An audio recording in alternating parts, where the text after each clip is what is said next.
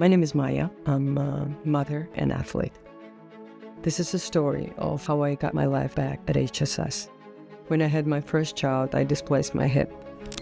I knew I needed hip replacement surgery, but I was scared and delayed it for years. It was getting more unbearable. I couldn't sleep. My character changed, and the worst thing was I couldn't play with my kids. I could imagine that it can break my family apart. I chose HSS because they're the best in the world. The doctor, she helped me realize that I didn't need to live with the pain. After surgery, I feel like I'm back in my body, in my comfort zone. I feel I have no limits.